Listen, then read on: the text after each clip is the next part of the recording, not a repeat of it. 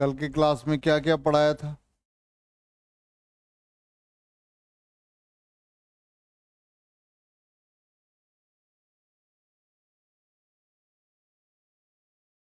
तीन कंडीशन बताया था motion of charge particle in uniform magnetic field में। एक कंडीशन था थीटा 0 डिग्री और 180 डिग्री, तो चार्ज पार्टिकल का मोशन स्ट्रेट लाइन अनडेविएटेड। दूसरा था 90 डिग्री पर सर्कुलर पाथ। और तीसरा अदर देन 0, 90 और 180 तो हेलिकल पाथ। और सबके टाइम पीरियड का, रेडियस का, फ्रीक्वेंसी, एंगुलर फ्रीक्वेंसी, ये सब पैरामीटर फाइंड कर दिया। ठीक है, अब इससे बेस्ट क्वेश्चन देख लीजिए क्या है। ध्यान दीजिए, पहला क्वेश्चन आपके सामने है कि प्रोटॉन और एक अल्फा पार्टिकल। जब क्वेश्चन बनाए करें तो प्रोटॉन अल्फा पार्टिकल सब पे चार्ज का वैल्यू दिमाग में होना चाहिए। कि जब प्रोटॉन है तो हम लोग ऐसे लिखते हैं 1H1। इसका मतलब चार्ज लिखेंगे जो प्रोटॉन का होगा मास प्रोटॉन का।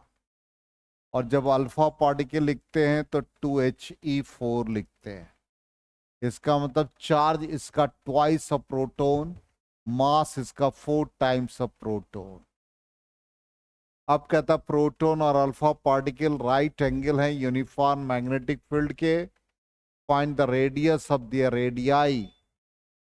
अब रेडियस का फॉर्मूला आपको सबसे पहले लिख लेना है। It is mv/bq। रेडियस का फॉर्मूला mv/bq। ठीक, अब mv मोमेंटम है और दूसरा वाला पार्ट में काइनेटिक एनर्जी है, इसलिए मोमेंटम को काइनेटिक एनर्जी के फॉर्म में भी लिख देते हैं। ये दोनों फॉर्मूला यूज होगा। तो पहले वाले कंडीशन में कहता है कि मोमेंटम सेम होगा, तो सेम मोमेंटम का कंडीशन लेके चलेंगे। तो सेम मोमेंटम है, तो यहां पर mv सेम है। तो रेडियस मैग्नेटिक फील्ड यूनिफॉर्म है, तो radius inversely proportional to charge. तो फॉर्मूला लग गया, चार्ज के इनवर्सली रिलेटेड है। क्वेश्चन में प्रोटॉन है और अल्फा पार्टिकल, तो यहां पर proton to the alpha particle का रेशियो निकालना है। तो चार्ज के इनवर्सली रिलेटेड है, तो ऊपर हो जाएगा चार्ज अल्फा पार्टिकल का और नीचे चार्ज प्रोटॉन का। अल्फा पार्टिकल पे चार्ज ट्वाइस ऑफ प्रोटॉन, तो ऊपर हो जाएगा प्रोटॉन का चार्ज यदि हम Q मान लें तो 2Q, और प्रोटॉन का चार्ज Q है तो ये आ गया 2:1। ये पहला पार्ट का आंसर आ गया। दूसरा कंडीशन कहता है same kinetic energy. Kinetic energy same है, तो जब सेम काइनेटिक एनर्जी होगा तो ये सेम है, ये सेम है। इसका मतलब radius related to √m&q।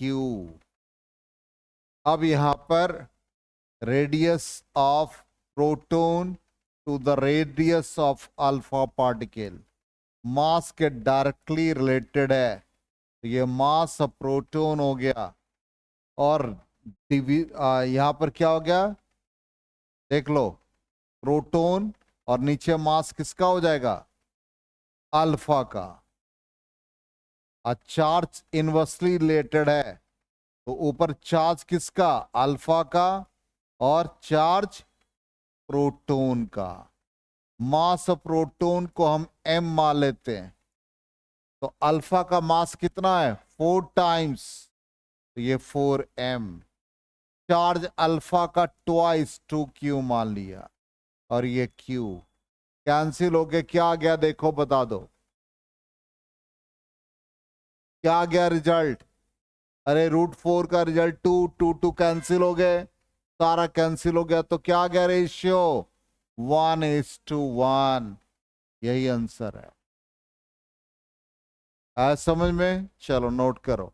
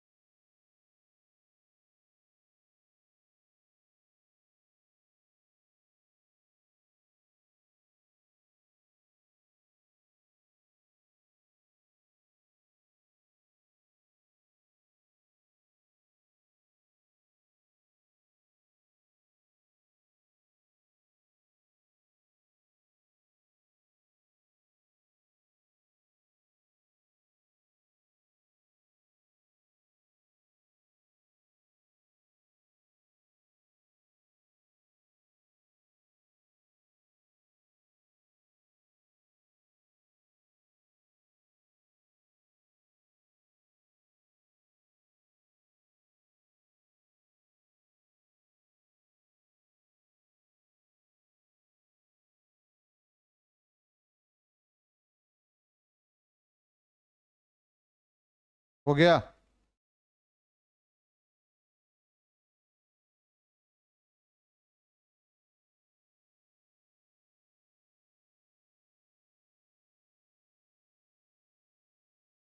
Note कर लिया?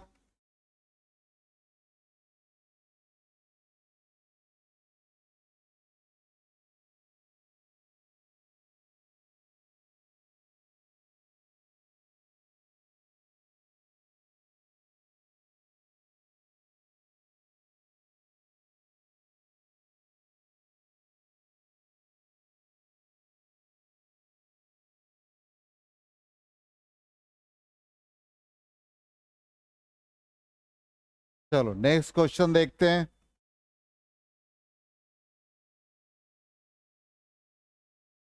कहता है proton, a deuteron and an alpha particle having same kinetic energy. तीन पार्टिकल है at right angles to uniform magnetic field of intensity B. Compare the radii of their circular path.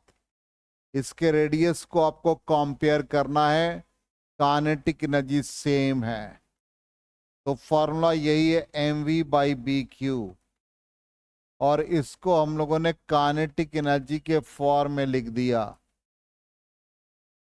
इसका मतलब ये directly related to √m और inversely related to charge, वही बात आ गई है ना। अब सबसे पहले हमको प्रोटॉन और ड्यूट्रॉन का एक पेयर ले लो। तो प्रोटॉन हम लोग ऐसे लिखते हैं, ड्यूट्रॉन हम लोग ऐसे लिखते हैं, अल्फा पार्टिकल ऐसे लिखते हैं। ये सबसे पहले लिख लो तभी क्वेश्चन बनेगा। अब यहां पर प्रोटॉन टू द ड्यूट्रॉन, तो Rp/Rd। यहां पर आ गया मास ऑफ प्रोटॉन, नीचे आ गया मास ऑफ ड्यूट्रॉन, चार्ज हो गया ड्यूट्रॉन, चार्ज हो गया प्रोटॉन। प्रोटॉन का मास हो गया m, ड्यूट्रॉन का mass twice of m, charge on deuteron और चार्ज ऑन प्रोटॉन सेम, ये आ गया 1/√2। अब उसके बाद ड्यूट्रॉन और अल्फा पार्टिकल का रेशियो ले लो, deuteron to the alpha particle, फिर वैसे ही मास ड्यूट्रॉन का, नीचे मास अल्फा पार्टिकल का, चार्ज इनवर्सली रिलेटेड है तो charge alpha, charge deuteron. Deuteron का मास ट्वाइस ऑफ प्रोटॉन तो 2m, अल्फा का 4 टाइम्स, चार्ज अल्फा पार्टिकल का ट्वाइस ऑफ प्रोटॉन, और ये q। क्या आ गया, एंस कैंसिल, ये एम कैंसिल, ये √2 और ये 4 का 2, 2 कट गया, क्या आ गया, √2:1। इसका मतलब क्या हो गया, proton to the deuteron to the alpha particle, to the alpha particle कितना प्रोटॉन और ड्यूट्रॉन का रेशियो 1:√2 और ये √2:1, इसलिए 1:√2:1 आ गया आंसर।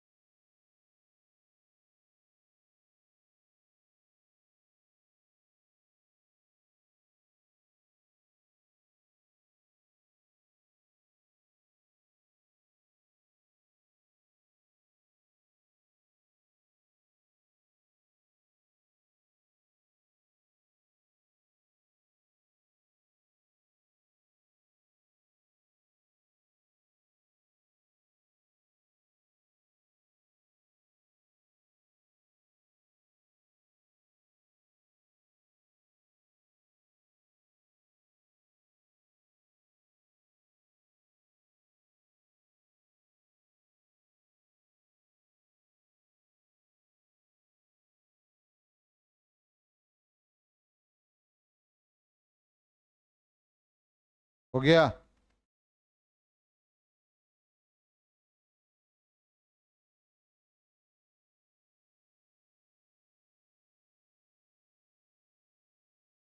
इरेज करें।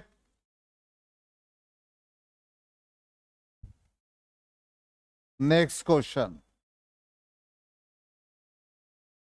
नेक्स्ट क्वेश्चन देखो क्या कहता है, a proton and an alpha particle are projected in B which exist in the width of region D, compare angle of deviation, angle of deviation का फॉर्मूला बताओ, कल बताया था, साइन थीटा,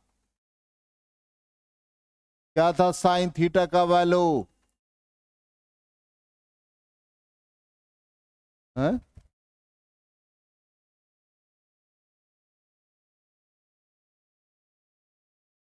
क्या तुम लोग पढ़े और क्या बताया था, विद रीजन मैग्नेटिक फील्ड का बाई रेडियस निकाला था, और ये था mv/bq, तो bq ऊपर चला गया, bqd/mv।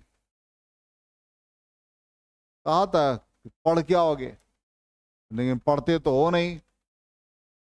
तो sine theta is equal to हो गया bqd, mv मोमेंटम को काइनेटिक एनर्जी के फॉर्म में 2mk, पहला वाला क्या था, same kinetic energy same momentum, तो ये वाला फॉर्मूला लगा, सेम मोमेंटम होगा तो साइन थीटा क्या होगा, डायरेक्टली रिलेटेड, डी सेम है, mv सेम हो गया, b भी सेम है, तो डायरेक्टली रिलेटेड टू चार्ज।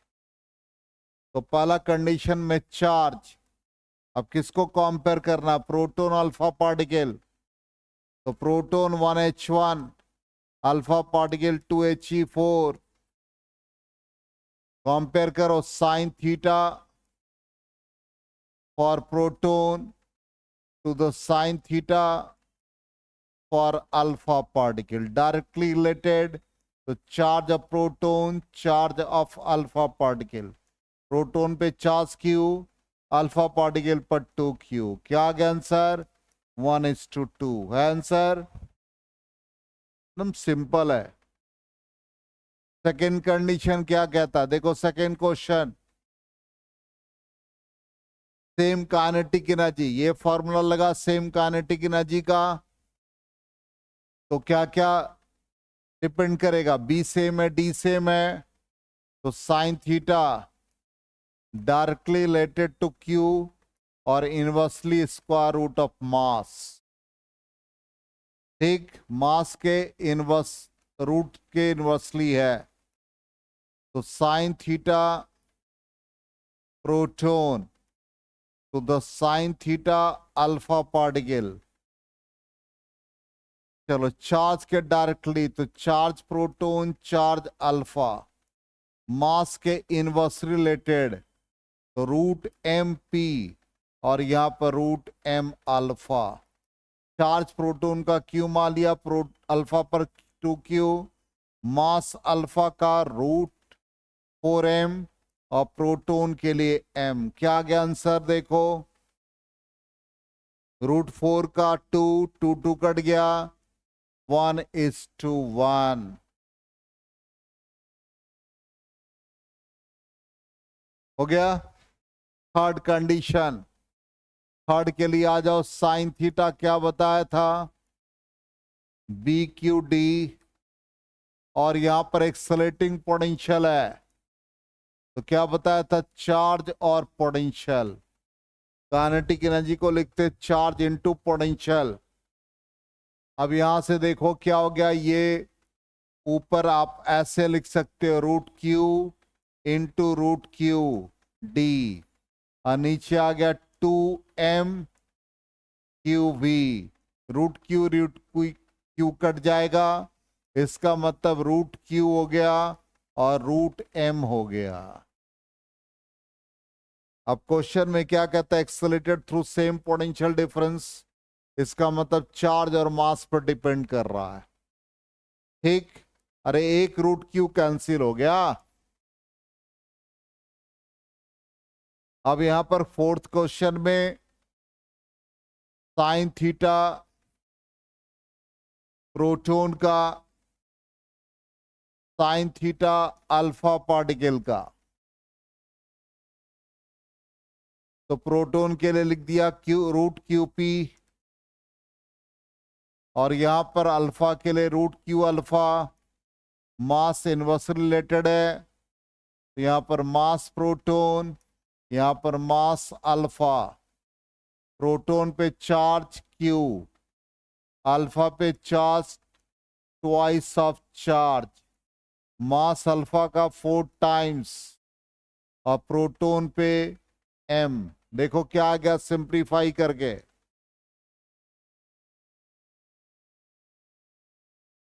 गलती हो गया कहीं क्या, चेक करो, नहीं गलती है। अरे ऊपर 2 आ गया और नीचे √2 हो गया, √2 इंटू √2 बाई √2, एक √2 कैंसिल, तो √2:1।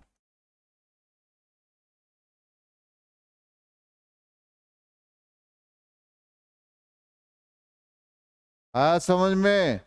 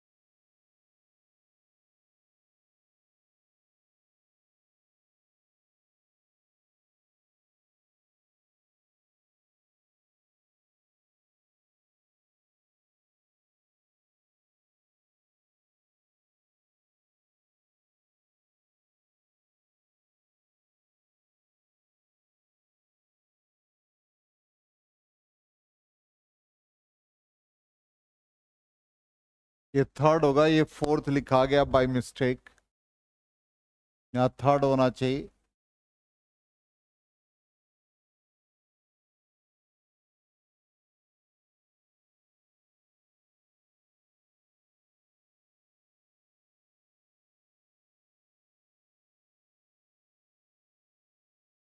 हो गया?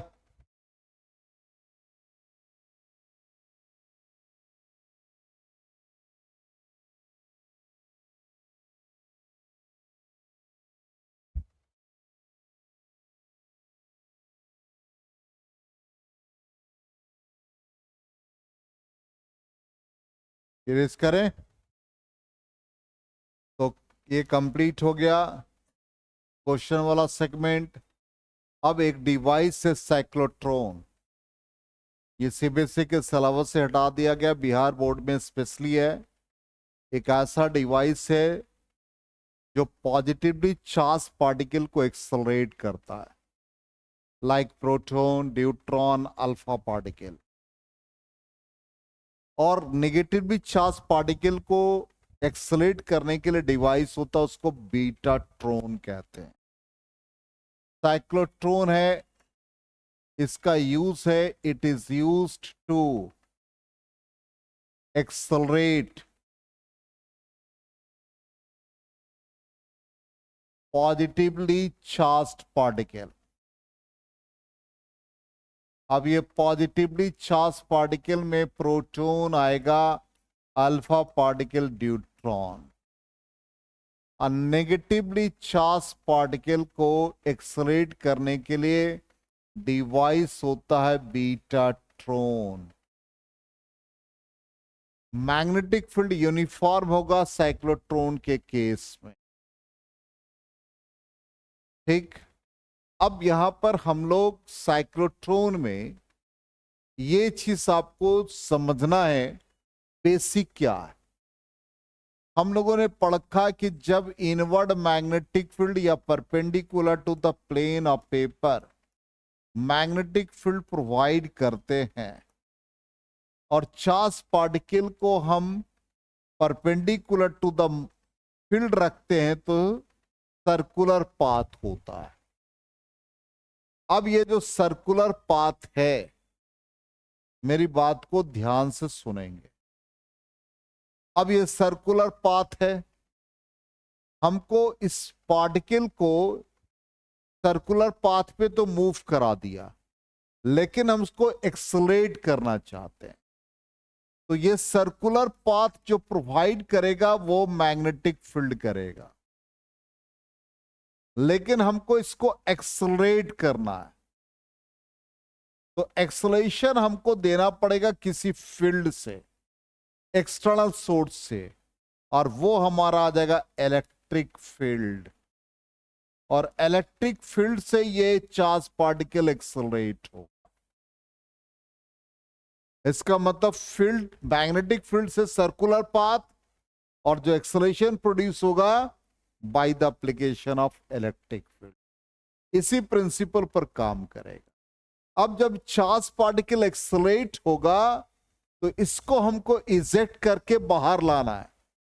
तो बाहर लाने के लिए हम फील्ड इसको आउटवर्ड देंगे, फील्ड हम इसको आउटवर्ड प्रोवाइड करेंगे, not inward. Magnetic field outward होगा तभी ये चार्ज पार्टिकल इस तरह से एक स्पाइरल पाथ को फॉलो करता हुआ इजेक्ट होगा। अदरवाइज इनवर्ड फील्ड होगा तो अंदर वो एक्सेलरेट हो जाएगा। हमको इसको टारगेट पर स्ट्राइक करना है तो फील्ड हमको आउटवर्ड देना होगा। अब इसके एप्लीकेशन पे या इसका जो डायग्राम है उसको समझते हैं। यही डायग्राम है, इसमें यहां पर ये जो डी शेप है, इसमें डीज बनते हैं और ये गैप होता है इसके बीच में। एक डी शेप ऐसा बनता है, एक डी शेप ऐसा बनता है। इसी के बीच में यहां पर ये चार्ज पार्टिकल है जिसको हमको एक्सेलरेट कराना है। तो यहां पर हम लोग प्रोटॉन बीम लेते हैं। ये D1 होता है, ये D2 होता है। इसके बीच में हम high frequency radio frequency oscillator डालते हैं जिसका फ्रीक्वेंसी काफी ज्यादा होता है। इसका काम है एक्सेलरेट करना और इसके पोलैरिटी को रिवर्स करना। और इसको फील्ड जब प्रोवाइड करते हैं तो ये नॉर्थ टू साउथ। ठीक, अब ये जब यहां एक्सलेट होगा तो ये विंडो से इजेट को के टारगेट पर स्ट्राइक करेगा।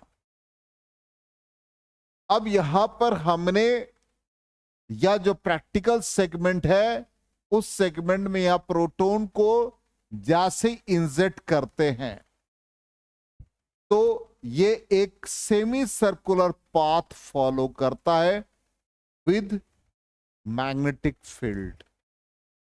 जैसे ही बीच में एंटर करता है, मान लो उस समय इसका प्रोटॉन का राइट हैंड साइड का D2 का पोटेंशियल पॉजिटिव है और ये नेगेटिव, तो नेगेटिव पोटेंशियल इसको अपनी तरफ अट्रैक्ट करेगा और ये high frequency radio frequency oscillator के हेल्प से ये लार्जर सेमी सर्कल बना देगा।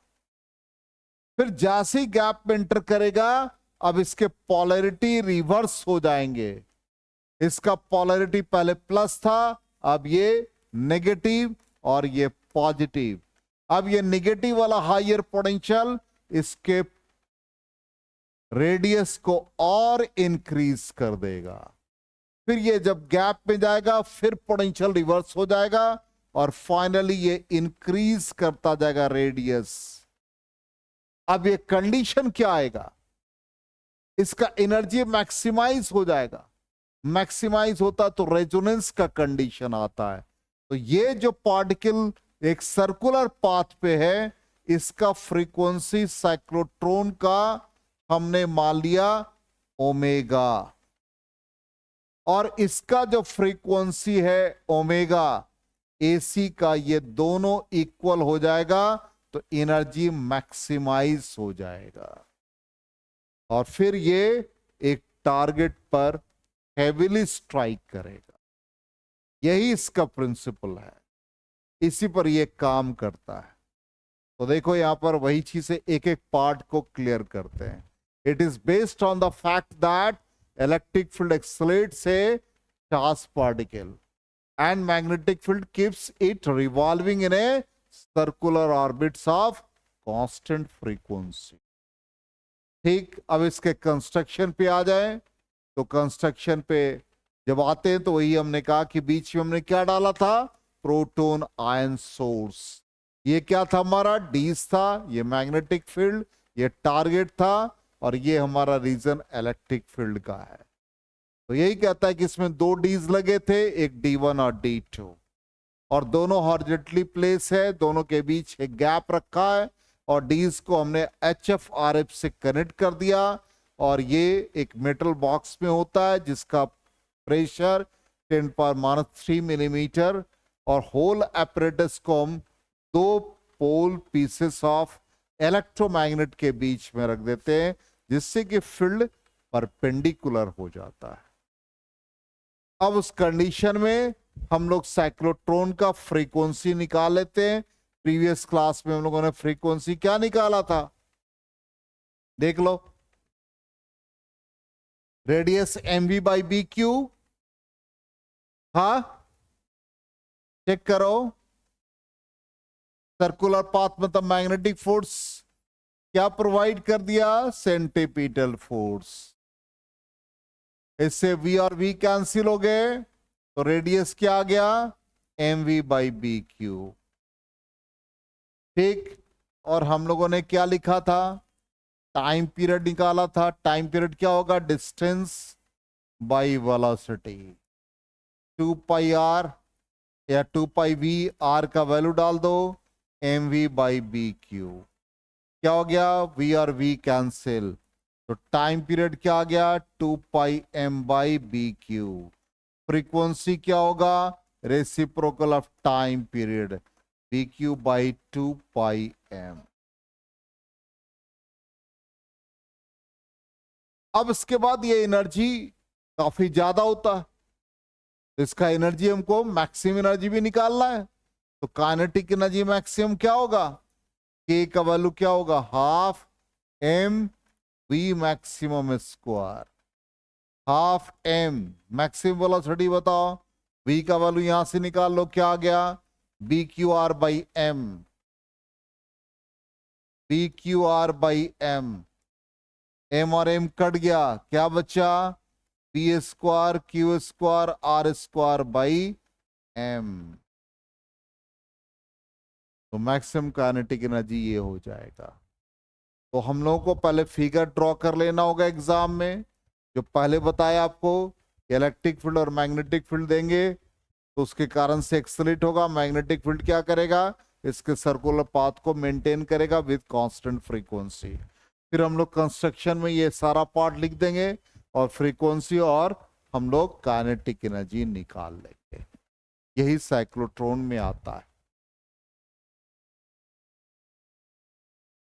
वो with the application of HFRF, high frequency radio frequency oscillator में ये फैसिलिटीज होता है कि पोलैरिटी को रिवर्स कर देता है वो, इसलिए हम लोग इलेक्ट्रिक फील्ड HFRF डालते हैं। नहीं डालेंगे तो पोलैरिटी रिवर्स नहीं होगा, अब पोलैरिटी रिवर्स नहीं होगा तो एक्सलेट नहीं होगा, उसको बार बार अपने सेमी सर्कुलर पाथ के रेडियस को इंक्रीज करना होगा। आगे समझ में? तो साइक्लोट्रॉन कंप्लीट हो गया। ठीक है, आज की क्लास यहीं तक। नेक्स्ट क्लास में वेलोसिटी सेलेक्टर और फिर लास्ट पार्ट हम लोग पढ़ेंगे।